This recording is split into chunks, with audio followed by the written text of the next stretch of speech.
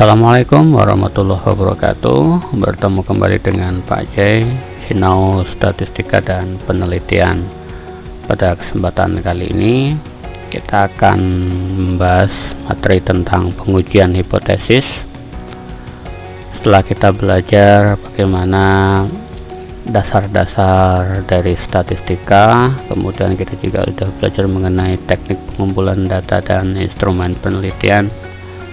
Maka apabila kita sudah memperoleh data dari sebuah penelitian, tentu saja dalam penelitian dengan pendekatan kuantitatif kita akan melakukan pengujian hipotesis atau uji hipotesis. Dan apa sih sebenarnya yang kita bahas terkait dengan pengujian hipotesis ini? Kita coba dulu telaah mengenai pengertian dari hipotesis. Hipotesis sebenarnya kalau kita lihat dari akar katanya, ini berasal dari bahasa Yunani. Akar katanya adalah hypo yang berarti sementara, kemudian tesis yang mempunyai makna adalah pernyataan atau statement atau dugaan. Jadi kalau kita lihat pengertian hipotesis berdasarkan akar katanya, maka bisa disebut sebagai pernyataan sementara atau statement sementara atau dugaan sementara. Nah, untuk lebih jelasnya saya kutipkan pendapat dari beberapa ahli atau dua ahli yang menyatakan definisi atau pengertian dari hipotesis. Pertama, menurut Sujana 2005 halaman 219, Sujana mengatakan bahwa hipotesis adalah asumsi atau dugaan mengenai sesuatu hal yang dibuat untuk menjelaskan hal tersebut yang sering dituntut untuk melakukan pengecekannya. Kemudian menurut Setiosari 2012 halaman 108 menyatakan bahwa hipotesis itu adalah keadaan atau peristiwa yang diharapkan dan menyangkut hubungan variabel-variabel penelitian.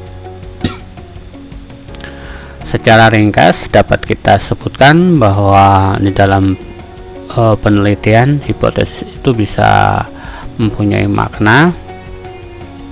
Hipotesis merupakan pernyataan atau dugaan sementara yang perlu dibuktikan kebenarannya. Jadi secara singkat, secara ringkas, hipotesis itu bisa diartikan sebagai pernyataan atau dugaan sementara yang perlu dibuktikan kebenarannya. Jadi ini nanti kita mempunyai dalam penelitian itu ada pertanyaan penelitian atau lazimnya disebut sebagai rumusan masalah.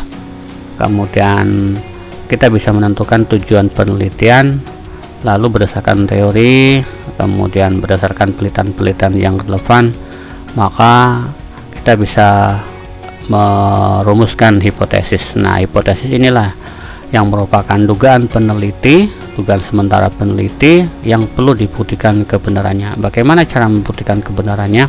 Tentu dengan melakukan penelitian, kemudian memperoleh data itu diuji menggunakan rumus statistik tertentu.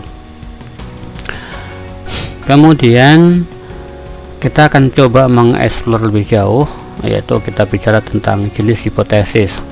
Berdasarkan asal usulnya, hipotesis itu menurut Tuchman 1988 itu dibagi dua. Yang pertama adalah hipotesis induktif.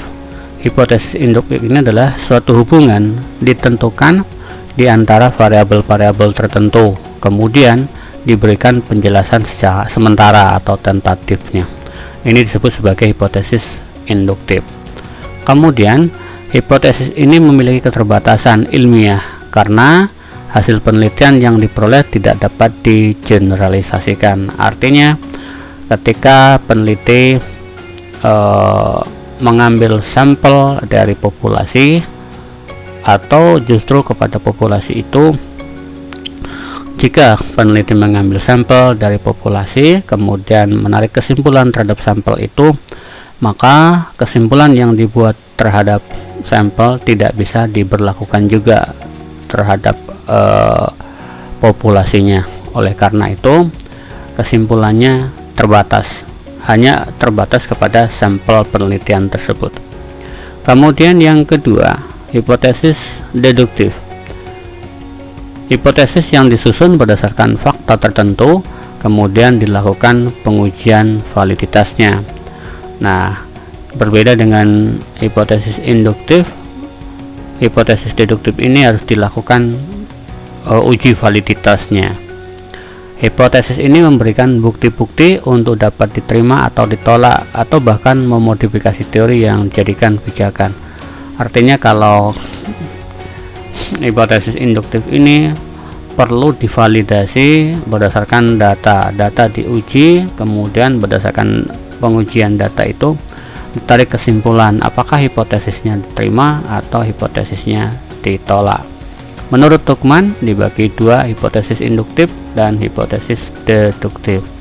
Kemudian kalau kita tinjau berdasarkan posisi hipotesis itu diletakkan, saya kutipkan pendapat dari Surkardi 2011, itu juga dibagi dua. Yang pertama adalah yang disebut sebagai hipotesis penelitian, research hypothesis. Apa sih sebenarnya hipotesis penelitian itu? Hipotesis penelitian yang sifatnya masih proporsional atau verbal, biasanya dalam bentuk kalimat deklaratif. Karena itu tidak dapat diuji secara empirikal. Jadi masih bersifat proporsional atau verbal atau bahasa kalimat-kalimat deklaratif, dan hipotesis ini belum bisa diuji secara empirikal. Kemudian hipotesis penelitian ini merupakan jawaban sementara terhadap rumusan massal atau research question, masih berbentuk kalimat deklaratif, kemudian berisi interaksi tergantung dari penelitiannya, apakah korelasi atau komparasi antar variabel, dan diuji dengan data empiris. Artinya hipotesis penelitian ini jika ingin diuji maka harus diterjemahkan dulu ke dalam bentuk hipotesis statistik, dan selanjutnya bisa diuji secara operasional. Jadi pada dasarnya hipotesis penelitian ini masih berbentuk kalimat deklaratif, kemudian berisi interaksi, korelasi atau komparasi antar variabel, dan diuji dengan data empiris. Kalau ingin menguji maka perlu diterjemahkan dulu ke dalam bentuk hipotesis statistik. Selanjutnya, hipotesis statistik atau statistical hypothesis. Hipotesis statistik ini diturunkan dari hipotesis penelitian. Statementnya lebih singkat. Nah, supaya dapat diuji hipotesis statistik ini, kita bisa menggunakan cara berikut. Pertama langkahnya, ubah atau nyatakan dulu dalam bentuk simbol parameter populasi. Misalnya bisa menggunakan rho untuk korelasi yang menggunakan subjeknya adalah populasi, kemudian mu untuk rata-rata, kemudian sigma dan sebagainya. Jadi hipotesis penelitian yang berbentuk kalimat deklaratif tadi ubah dulu ke dalam bentuk hipotesis statistik dengan mengubah atau menyatakan sebagai simbol parameter populasi. Kemudian yang kedua, gunakan simbol-simbol matematika, misalnya sama dengan memiliki arti tidak ada hubungan atau tidak ada perbedaan. Artinya jika penelitiannya korelasi, maka sama dengan ini menyatakan tidak ada hubungan. Jika penelitian adalah uji beda atau komparasional, maka sama dengan bisa menyatakan tidak ada perbedaan. Kemudian alternatif dari sama dengan bisa kita gunakan tanda tidak sama dengan, kemudian lebih besar dari atau lebih dari, kemudian lebih kecil dari atau lebih dari. Ini sebagai alternatif. Jadi kalau misalnya pasangannya selalu sepasang, hipotesis statistiknya itu ada H0 dan H1. Jika H0 nya adalah menggunakan sama dengan, maka H1 nya bisa dipilih antara ketiga ini. Jika penelitiannya adalah dua pihak atau two style, maka pasangan korelasinya bisa sama dengan dan tidak sama dengan. Apabila satu pihak, maka pasangannya bisa sama dengan atau lebih besar dari, sama dengan atau dengan lebih kecil dari. Jika rho sama dengan 0, itu ada maknanya tidak ada hubungan. Kenapa tidak ada perbedaan? Ya karena rho ini adalah lambang korelasi untuk populasi. Kemudian untuk menerjemahkan hipotesis statistik ini, kita bisa menuliskan dengan notasi H0 dan H1 atau HA. H0 itu mempunyai arti sama dengan hipotesis nihil atau hipotesis nol. Jadi kalau dia penelitian korelasi, bunyinya pasti tidak ada hubungan. Kalau dia uji beda atau komparasi, bunyinya tidak ada perbedaan. Nah, kalau H1 atau A adalah lawan dari H0, artinya hipotesis tandingannya atau hipotesis alternatif dari H0 atau hipotesis kerja. Hipotesis yang diuji mana kira-kira, H0 atau H1 atau HA? Ya, di sini dijelaskan bahwa hipotesis yang diuji adalah hipotesis yang diarahkan oleh kajian teori. Bisa saja H0, bisa saja HA atau H1. Jadi tidak terfokus kepada H0 atau HA atau H1. Kita coba bagaimana caranya menguji hipotesis. Setelah kita rumuskan hipotesisnya sedemikian rupa sesuai dengan rumusan masalah penelitian, maka langkah berikutnya adalah menguji hipotesis. Pengujian hipotesis hanya memberikan dua kemungkinan keputusan. Kalau tidak menolak, pasti akan menerima hipotesis nol atau hipotesis yang diuji. Dalam contoh ini misalnya H0 yang diuji, maka ada dua keputusan saja kemungkinan yang harus diterima, H0 ditolak atau H0 diterima. Atau kalau kita uji adalah H1, H1 ditolak atau H1 diterima. Tidak boleh dua-duanya ditolak, tidak boleh dua-duanya diterima. Nah, kalau kita melakukan pengujian hipotesis, ada kemungkinan kita melakukan kesalahan. Artinya begini, kalau H0 dalam kondisi sebenarnya adalah benar, tetapi kita tolak, berarti kita sudah melakukan kesalahan tipe 1. Dan sebaliknya. Nah, kesalahan tipe 1 atau alfa itu adalah menolak hipotesis yang seharusnya diterima. Ya, saya contohkan tadi, kalau misalnya H0 itu bernilai benar, idealnya harus kita terima. Tetapi jika kita tolak, kita sudah melakukan kesalahan tipe 1 atau alfa. Kemudian yang kedua, yang disebut sebagai kesalahan tipe 2 atau beta. Itu artinya kita menerima hipotesis yang seharusnya ditolak. Ya, misalnya H0 nya itu pada kondisi sebenarnya adalah salah, tetapi kita terima, maka kita sudah melakukan kesalahan tipe 2 atau beta, yaitu menerima hipotesis yang seharusnya kita tolak. Jadi perlu hati-hati dalam mengambil kesimpulan dalam pengujian hipotesis. Data betul-betul harus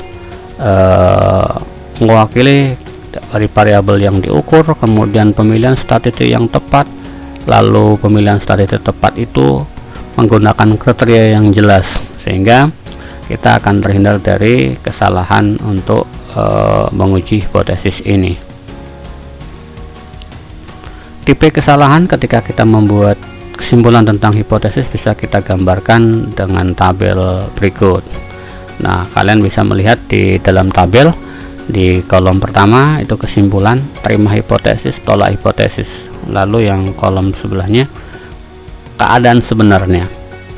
Misalnya begini, jika hipotesisnya benar, kemudian kesimpulannya kita terima, maka kita sudah benar melakukan penarikan kesimpulan. Kita lambangkan sebagai 1 dikurang alfa. Tetapi apabila dalam kondisi sebenarnya hipotesisnya salah, lalu kita terima, maka kita sudah melakukan kesalahan, yaitu kesalahan tipe 2 atau beta. Kemudian kalau di sini hipotesisnya benar lalu kita tolak, kita melakukan kesalahan, yaitu kesalahan tipe 1 atau alfa. Kalau hipotesisnya salah kemudian kita tolak, itu adalah benar, maka 1 dikurang beta. Nah, kalian bisa mempedomani dari tabel ini untuk pengujian hipotesis. Dalam pengujian hipotesis, para ahli statistika menunjukkan alfa dan bukan beta sebagai kriteria dalam pengambilan keputusan pengujian hipotesis. Ya, karena alfa kita lambangkan, kita sebut sebagai tingkat signifikansi atau level of significance, dan 1 kurang alfa adalah sebagai tingkat kepercayaan atau tingkat keyakinan, level of confidence terhadap kebenaran yang diambil. Jadi kalau kita menetapkan alfanya berapa persen atau berapa 0,01 sama dengan 1%, maka tingkat kepercayaan kita adalah 1 dikurang 1%, yaitu 99%. Dijelaskan lebih jelasnya seperti ini.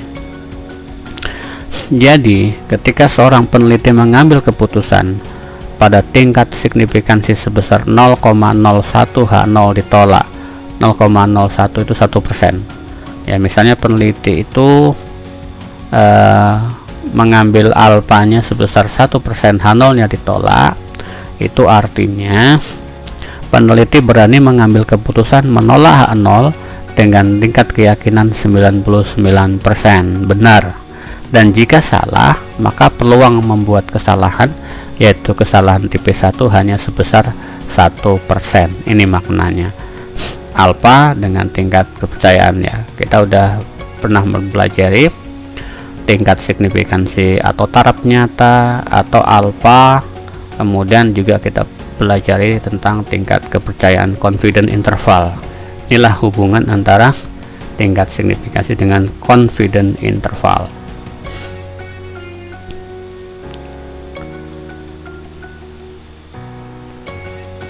Selanjutnya saya kutipkan pendapat menurut Hare, Anderson, Tattan and Black 1998.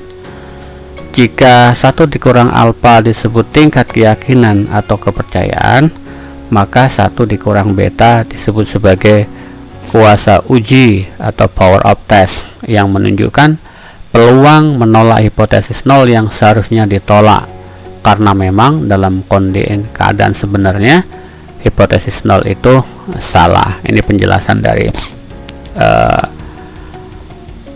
kesalahan kita yang sering dilakukan ketika menguji hipotesis.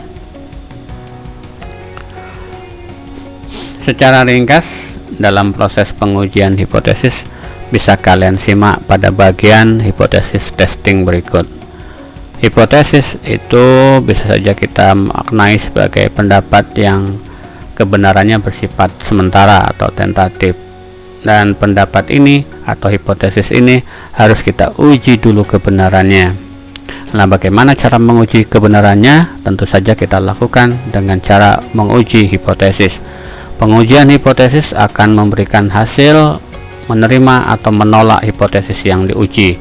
Jika hipotesis itu kita terima, maka akan muncul statement atau pernyataan atau tesis.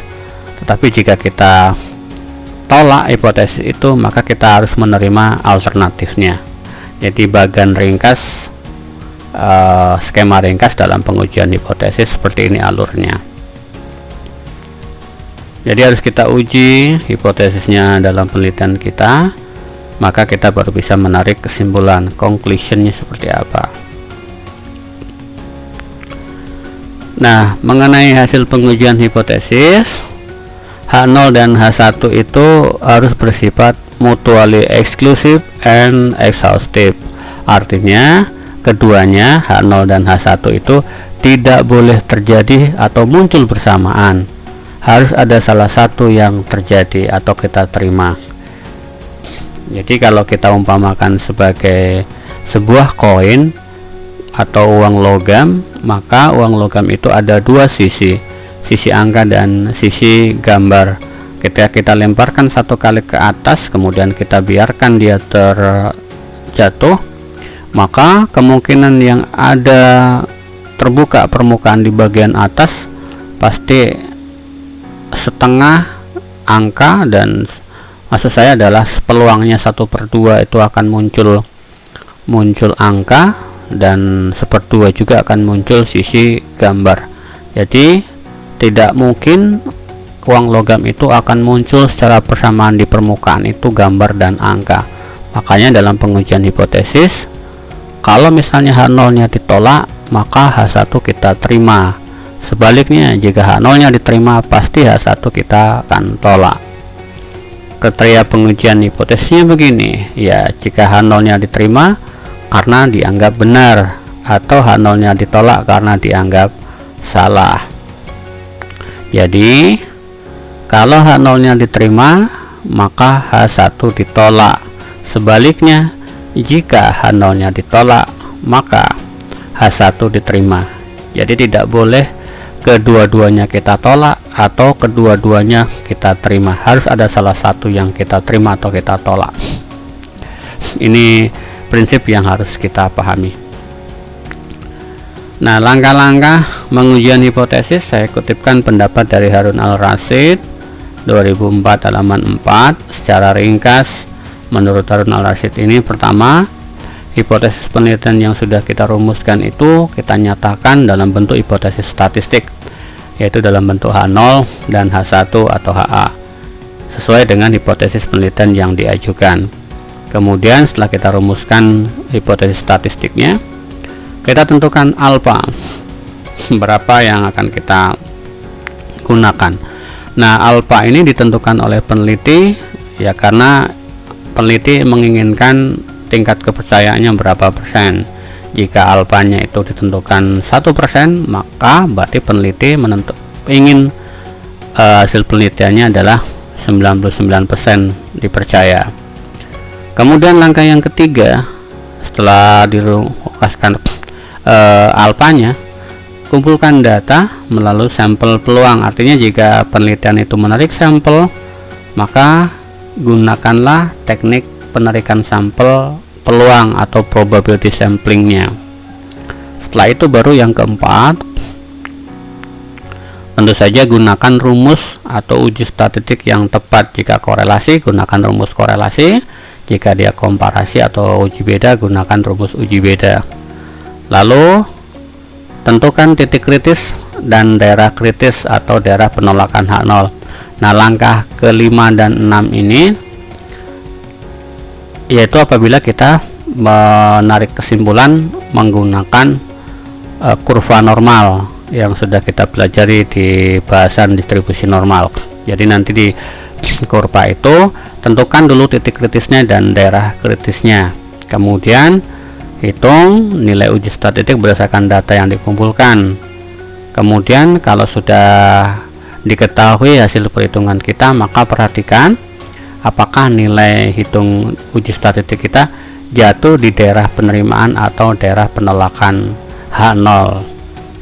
Jadi nanti kita bisa menentukan kesimpulannya berdasarkan letak hasil perhitungan itu di daerah penerimaan atau daerah penolakan dari H0 itu. Kemudian selain langkah 5 dan 6 ini, kalian juga bisa menarik kesimpulan dengan membandingkan. Saya ulangi, bisa menguji hipotesis dengan cara membandingkan hasil perhitungan statistik tadi dengan tabel statistik. Artinya jika kalian menghitung korelasi menggunakan rumus persen product moment, maka hasil perhitungan kalian bisa dibandingkan dengan tabel persen product moment. Lalu gunakan kriteria yang tepat, lalu bandingkan, tarik kesimpulan. Yang ke-8 tentu kita berikan kesimpulan statistik, yaitu statistic conclusion. Inilah langkah-langkah ringkas yang telah disampaikan oleh Harun Al-Rashid, dan ini bisa kita pedomani apabila kita belum terbiasa melakukan pengujian hipotesis. Selanjutnya diberikan contoh bagaimana cara pengujian hipotesis. Yang pertama ini diberikan contoh tentang penelitian korelasional atau penelitian tentang hubungan. Diberikan contoh judul, pengaruh sikap dan tingkat intelijensi terhadap hasil belajar matematika siswa kelas 10 SMA Abu-Abu tahun 2021. Nah, dari judul ini kita identifikasi dulu variabelnya. Ada berapa variabelkah?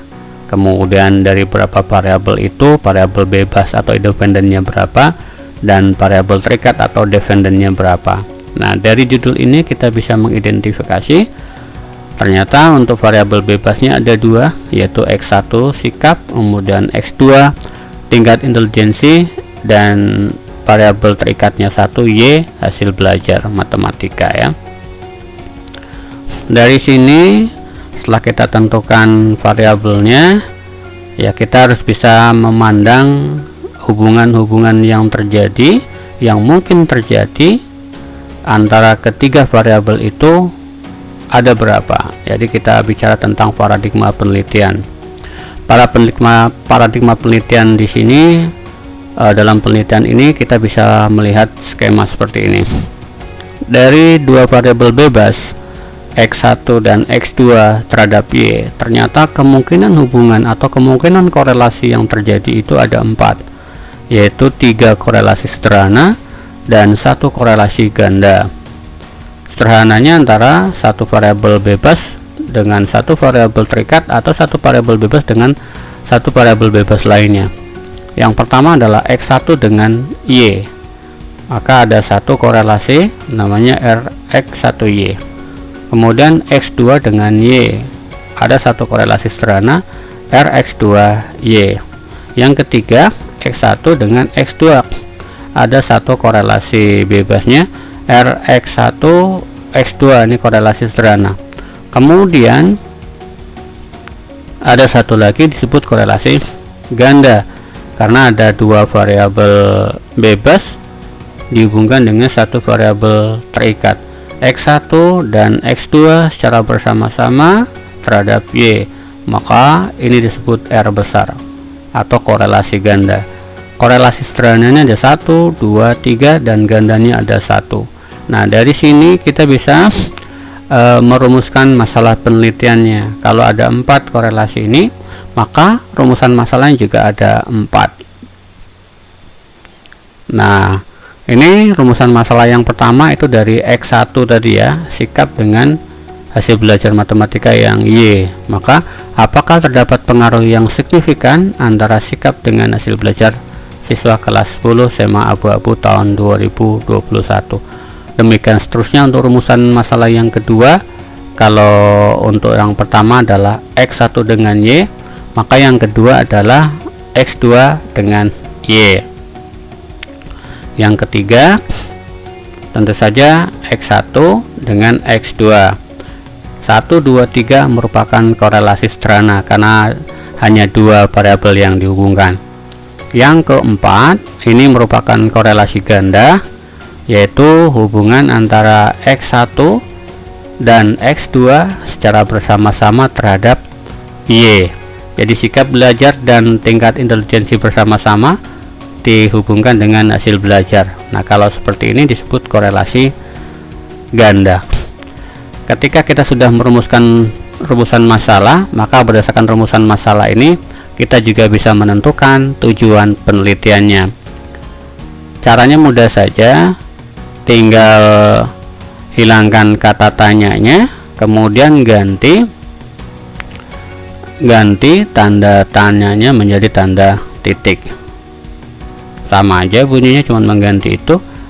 Nah, kalau tujuannya mendeskripsikan, berarti ketentukan kalau misalnya tujuannya ingin mengetahui, silakan diganti.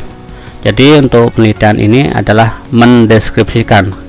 Jadi selain mengetahui juga harus didisplaykan data penelitiannya. Jadi deskripsikan, mendeskripsikan pengaruh signifikan antara X1 dengan Y. Ini yang pertama. Yang kedua, mendeskripsikan X2 dengan Y. Yang ketiga, mendeskripsikan X1 dan dengan X2. Yang keempat baru mendeskripsikan X1 kemudian dan X2 terhadap Y-nya. Nah, begitu juga dalam merumuskan hipotesis penelitiannya, kita bisa mengacu kepada rumusan masalah atau tujuan penelitian. Kalau misalnya tujuan penelitian seperti ini, bagaimana bunyi dari hipotesisnya? Nah, hipotesis penelitian di sini tadi sudah dijabarkan bahwa masih dalam bentuk kalimat verbal, ya, kalimat deklaratif, dan ini kita jabarkan dalam bentuk H0 dan H1.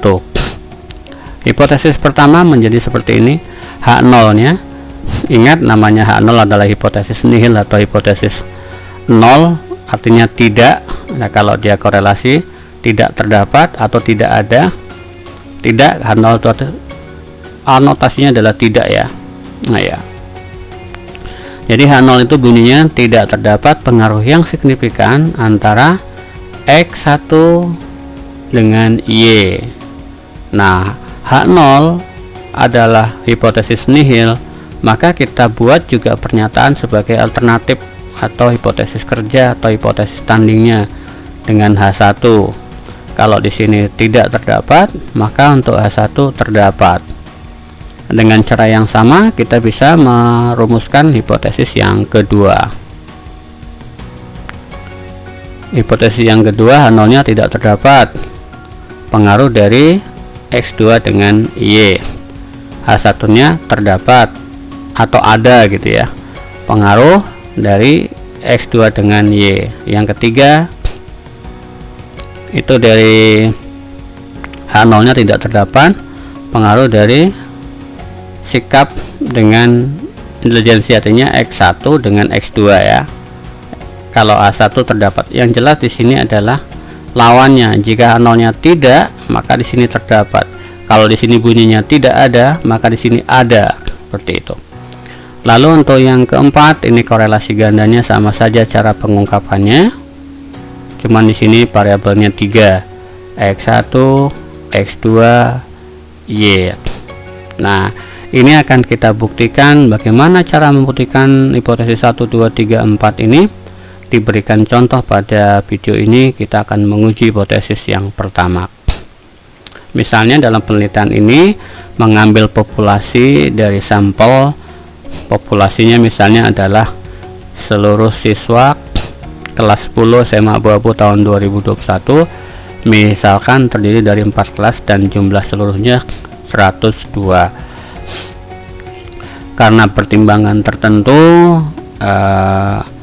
pada penelitian ini tidak dilakukan penelitian terhadap 102 orang keseluruhannya, tetapi mengambil sampel. Nah, untuk menentukan mengambil sampelnya bisa menggunakan rumus Ishak-Mikkel atau Taro-Yamane. Misalnya dengan presisi 10% diperolehlah sampelnya adalah 51 orang. Kita asumsikan pada penelitian ini sampelnya 51 orang.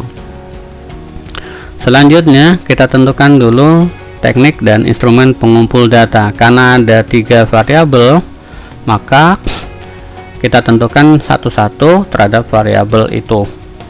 Angket atau kuesioner yaitu digunakan untuk memperoleh data mengenai sikap belajar. Instrumennya bisa pernyataan jika yang kita pilih adalah angket, lalu bisa pertanyaan jika yang kita pilih adalah kuesioner.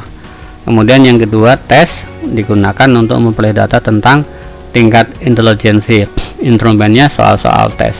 Lalu yang ketiga, bisa tes, bisa dokumentasi, digunakan untuk memperoleh data tentang hasil belajar matematika. Instrumennya kalau dia dokumen, ya dokumen-dokumen tentang ulangan harian, nilai ujian, nilai rapor, nilai semester, dan lain sebagainya.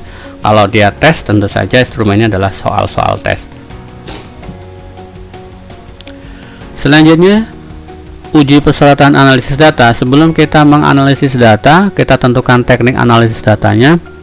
Tentu kita harus menguji dulu persyaratannya. Untuk penelitian korelasi, persyaratannya cukup 2 saja. Kalau misalkan dia asumsi klasiknya ya, ada 2 saja, yaitu uji normalitas dan uji linearitas. Tapi jika ingin lebih jauh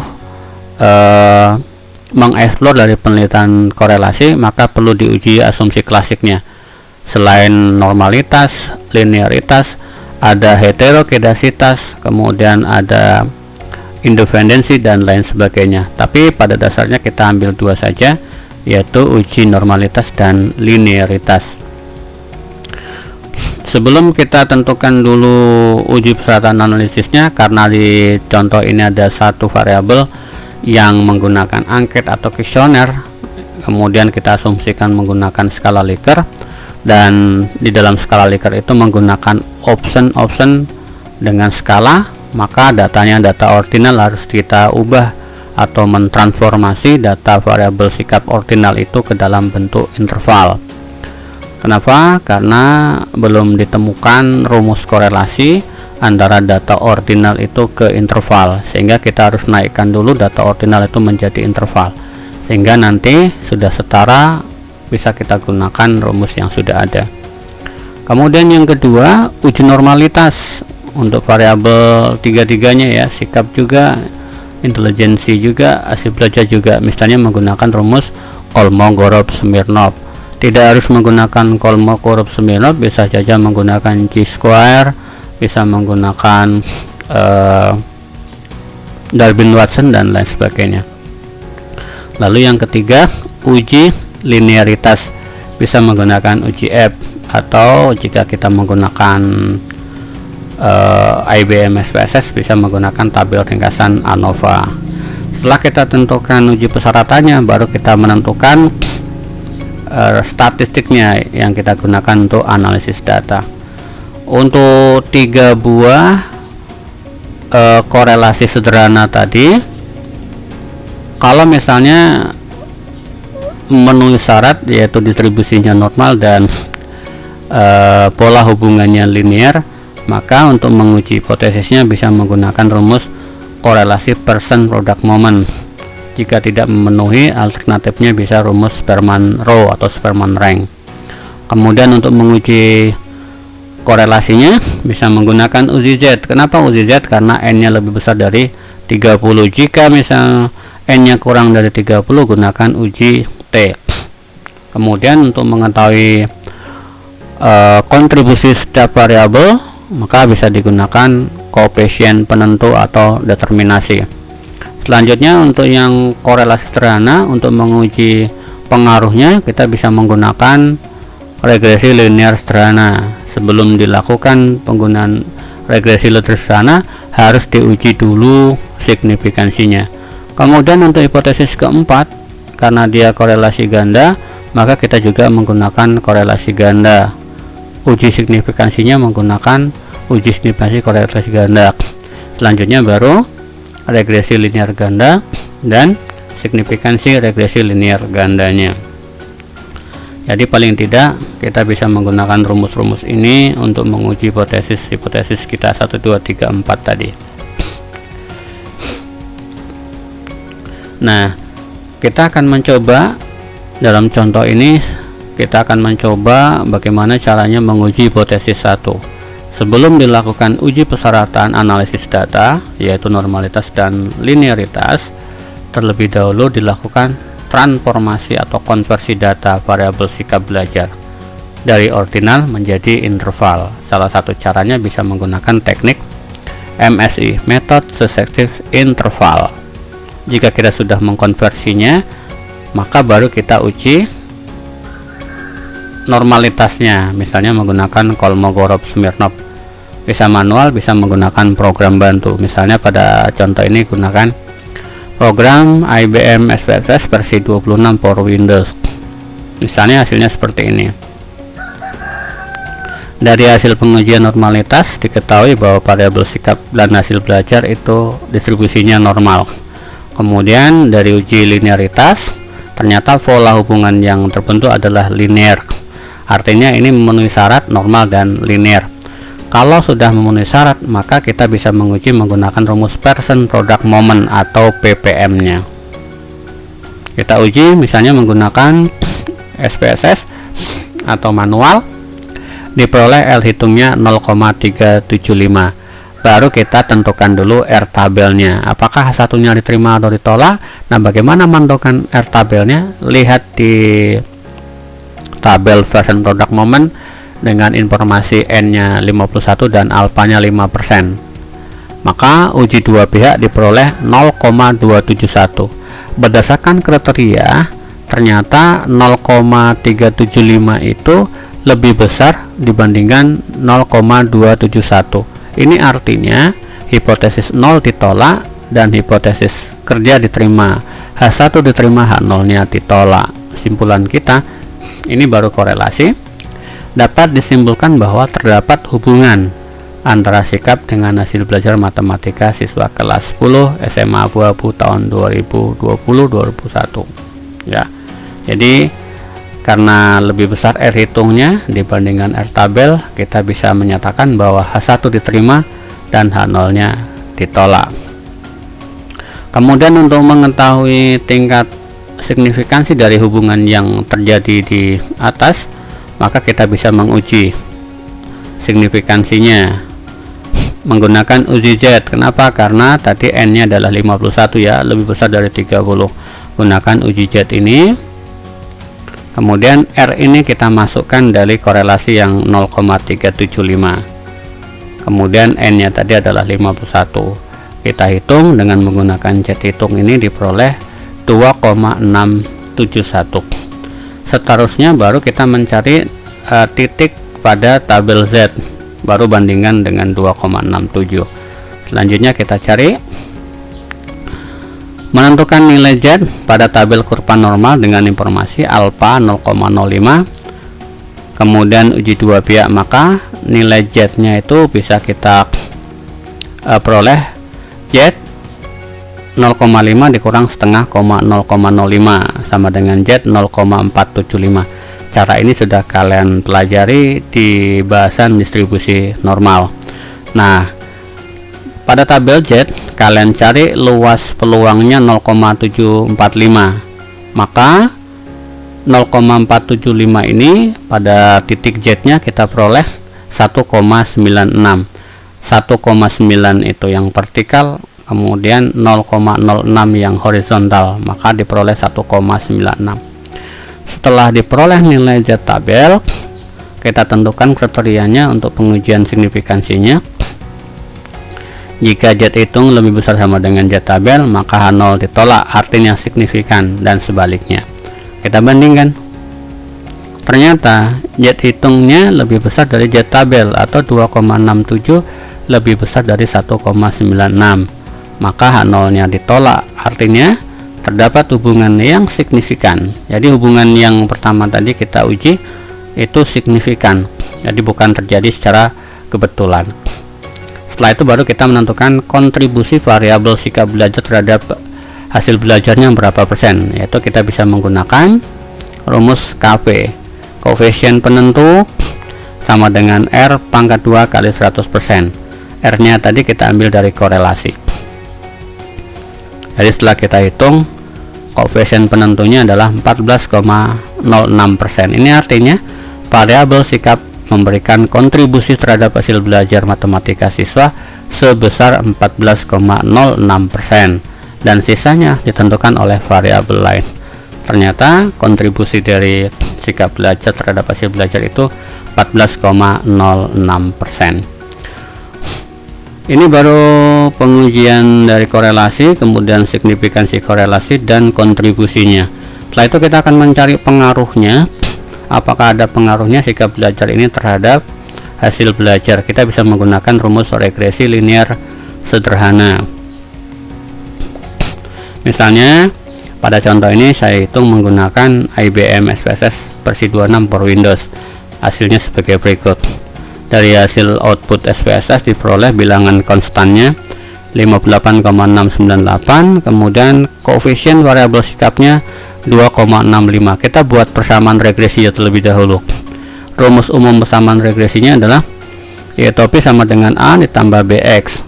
A nya ini adalah bilangan konstan 58,698 dan B adalah koefisien X nya sikap belajar 0,265. Jadi kita masukkan saja. Jadi persamaan yang terbentuk adalah Y topi. Y topi ini adalah hasil belajar, kemudian A bilangan tetap, B ini koefisien dari variabel sikap. 58,698 ditambah 0,625 X. Ini artinya kita bisa memprediksi harga Y ketika X nya kita buat satu satuan. Tetapi persamaan ini belum bisa kita gunakan kalau belum diuji signifikansinya. Langkah berikutnya kita uji lagi ini menjadi kita uji signifikansi persamaannya ya. Kalau ternyata signifikan, maka kita bisa memprediksi atau meramalkan pengaruhnya. kalau X-nya 1 berapa Y. Misalnya kalau X-nya 1, tinggal menjumlahkan saja 58,698 ditambah 0,625. Kalau X-nya 2 berapa? Berarti dengan diketahui X, maka kita bisa meramalkan atau memprediksi harga Y.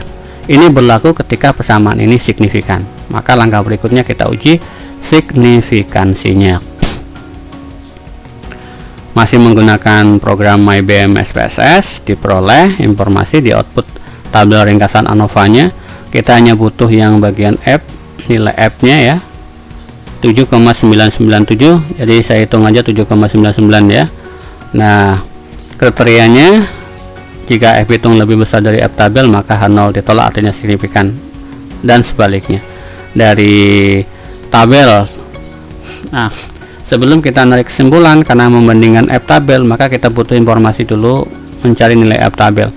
Nah, kebetulan pada contoh saya untuk DK49 pada tabel F itu tidak tertera.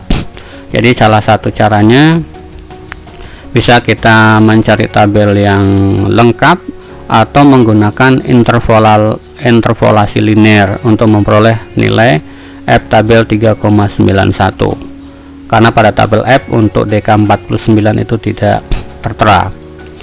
Jadi ada 3 cara kalau misalnya kalian terbentur seperti itu. Pertama adalah menggunakan teknik interpolasi linear, kemudian yang kedua cari tabel F yang lengkap, lalu yang ketiga mengembangkan tabel sendiri menggunakan program. Misalnya kalian bisa mengembangkan dengan menggunakan program SPSS atau Excel. Nah, berdasarkan ringkasan ANOVA F ini barulah kita bandingkan. Ternyata F hitung itu lebih besar dari F tabel atau 7,99 lebih besar dari 3,91. Maka kesimpulannya bahwa terdapat pengaruh yang signifikan antara sikap terhadap hasil belajar matematika siswa kelas 10 SMA Abu-Abu tahun 2021. Ingat, kalau yang pertama tadi hubungan, di sini pengaruh sudah. Jadi kita sudah belajar bagaimana menguji hipotesis 1. Nah, untuk hipotesis 2, kemudian hipotesis 3 dan hipotesis 4 caranya seperti ini langkah-langkahnya. Inilah contoh untuk pengujian hipotesis dengan penelitian korelasional dengan 2 variabel. Berikutnya diberikan contoh untuk penelitian eksperimen. Eksperimen ini uji beda ya, uji beda. Diberikan contoh, judulnya seperti ini. Pengaruh model learning cycle terhadap kemampuan pemecahan masalah matematis siswa kelas 8 SMP 21 Merangin tahun pelajaran 2020-2021. Nah, pengaruh di sini tidak sama dengan pengaruh yang ada di korelasi. Nah, dari judul ini kita bisa menentukan untuk variabel bebasnya model learning cycle atau model pembelajaran yang ditreatmentkan di eksperimen. Lalu yang terikatnya adalah kemampuan pemecahan masalah matematis. Selanjutnya rumusan masalahnya, nah satu saja. Apakah kemampuan pemecahan masalah matematis menggunakan pembelajaran model learning cycle lebih baik daripada pembelajaran konvensional dan seterusnya. Jadi sini ada kata-kata lebih baik, berarti sini adalah uji satu pihak kanan. Nah, terkait dengan kata pengaruh tadi, pengaruh di sini adalah akibat atau efek faktor dari model yang ditetapkan, yaitu perlakuan atau treatmentnya tadi. Jadi kalau misalnya nanti kemampuan pemecahan masalah matematisnya lebih tinggi menggunakan model learning cycle dibandingkan konvensional, maka itu disebut ada pengaruh dari treatment tersebut.